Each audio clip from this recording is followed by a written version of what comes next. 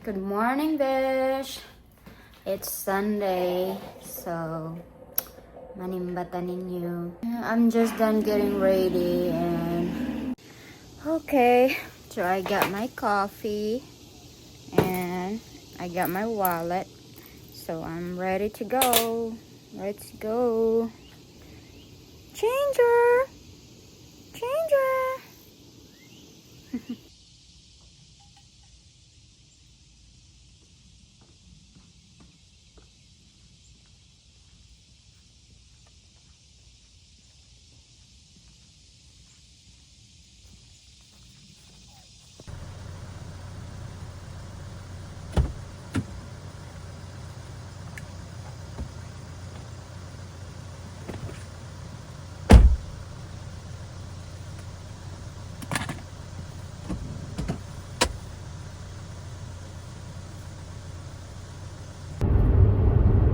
Dool raman diri ang simbahan sa amo ang balay, Besh, kay mga 10 to 15 minutes ra, so dali ra tang maabot. Unya wala po'y traffic diri kay kuan. Basta Sunday. Halos ato atanan ang dalan this morning. I love it. Wala kayo traffic. Okay, pakita ninyo.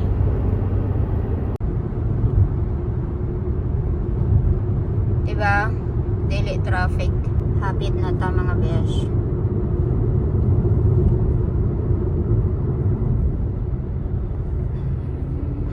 Mao ni ang ilang lungsod diri.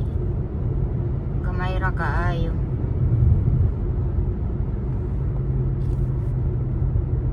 Slow down. Stoplight.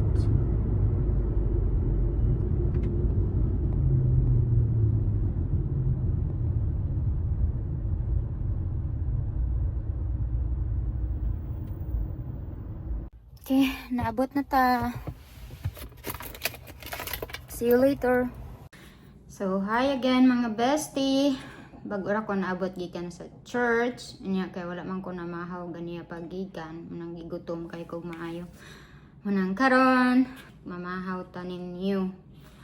Actually, it's paniud to na kay 11 na kapin. Nagani ka na ko'y sobrang okra gabi. Mao niya ko ang ipaniud to. Ni pamahaw dala paniud to. Nya natay bilin nga tuyo, di ba? Daghan kaya akong tuyo. Kay daghan kaya akong giluto gabi. So, mga unta. Thank you Lord for the food. Lami kaayo ang kaon nun na ako'y rice. Wala na usong diet ron kay lami kay pagkaon. Tuyo.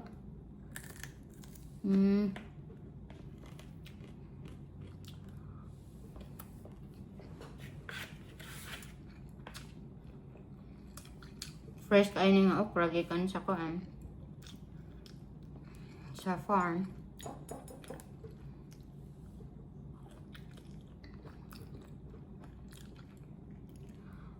Giboil rin ako.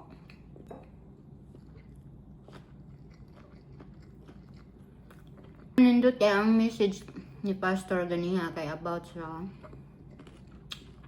imong kaaway. Bisan pa man ang imong pamilya kaaway kung gamiton sila sa yawa. Ang yawa parte kaayo mo kuan muguba sa imong pagtuo ngadto sa Ginoo.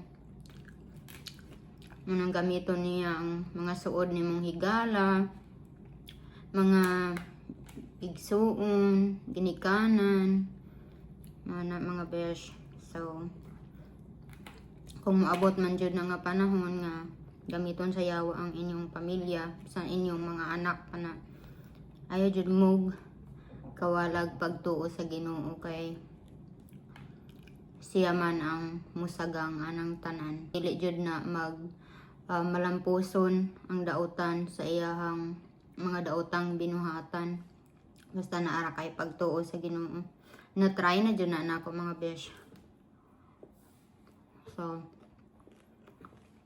salig ra jud. Pagsulay ra ng tanan. Kaya mao man ni trabaho sa yawa, ang pagguba sa pamilya, ug pagguba sa imong pagtuo ngadto sa Ginoo. Okay, magtiwas ako kaon. See you on my next video.